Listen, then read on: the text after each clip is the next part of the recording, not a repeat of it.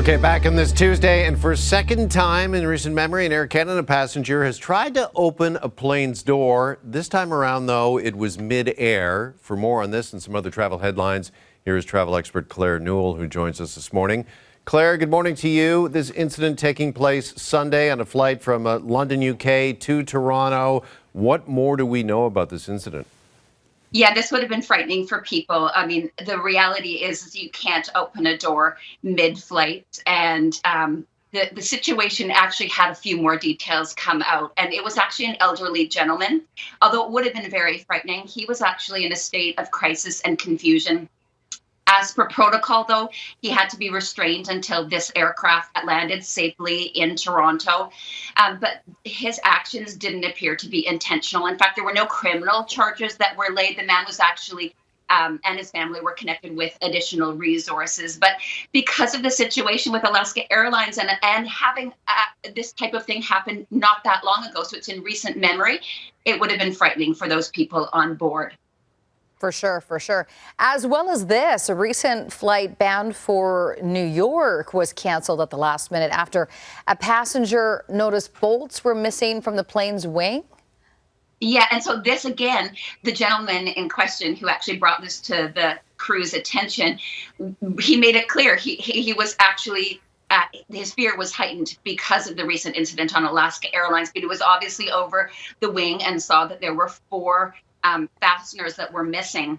And so he was sitting with his wife. His wife was a fearful flyer. They mentioned it to the crew. The flight was actually canceled and everyone was put on another flight to New York. But the airline has come out and said that there was no impact to the structural integrity or load capacity because of those panels. There were 119 fasteners, of which 4 were missing, but they grounded it and they took extra precaution. I don't think this is going to be the last time we see this. If you're on a flight and you're really nervous and you're seeing something missing, you're probably bringing it up, especially given the fact that a door flew off of that Alaska Airlines flight. Yeah, call me a nervous flyer as well. If I look out the window and I see fasteners or bolts missing from the wing of the plane, that's going to make me a little nervous, without a doubt. So, okay, after losing a door midair and inspecting 40 of the nearly 170 Boeing 737 planes, the FAA in the States, Claire, we're hearing, is looking to greenlight their return to the air. What more do we know about this? Well, they are, and I should just say that there are at least 4 layers of people involved in this. So there's the FAA, there's the NTSB, there's the airlines, and there's Boeing. So they've inspected 40 of the 170 aircraft, and they're giving an airworthiness directive. It is conditional. It means that the airlines have to actually do extra maintenance and double check everything. Of course they would. They're not going to take this lightly. Safety is the top priority. It has to be done within a certain window of time, but those aircraft will start to be in the system again for both Alaska Airlines and United and any of the other airlines that have this model of aircraft in their fleet. Okay. All right. Finally, Claire, on a much lighter note, the traditional honeymoon isn't falling out of fashion, but travel experts are seeing a growing new trend. Tell us more about the Buddymoon.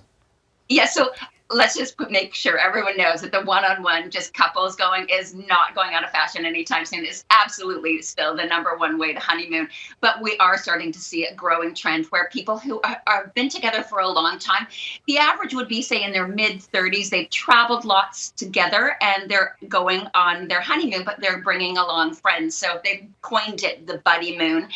But what we're seeing more often is a combo. So they're doing part of the honeymoon, just the two of them, and then either before or after, they're actually bringing their friends along with them. And I mean, way back when I got married, my husband would have been like, absolutely no way. But now that we're older, we probably would consider this, and it would be kind of fun to do part of it. And especially if you're putting something fun on the agenda, maybe a cool concert that you all wanted to see as a group. But we'll start to see more of this, I think. Oh. Yeah. Could we meet in the middle, maybe? Let's say it's a 2-week honeymoon. Can week 1 be a honeymoon? And week 2, maybe, then is the Buddymoon. We can have everybody come in and join us. Yeah. All right, Claire, thank you so much as always. Good to see you this morning. Appreciate it. Good. You too. Thank you.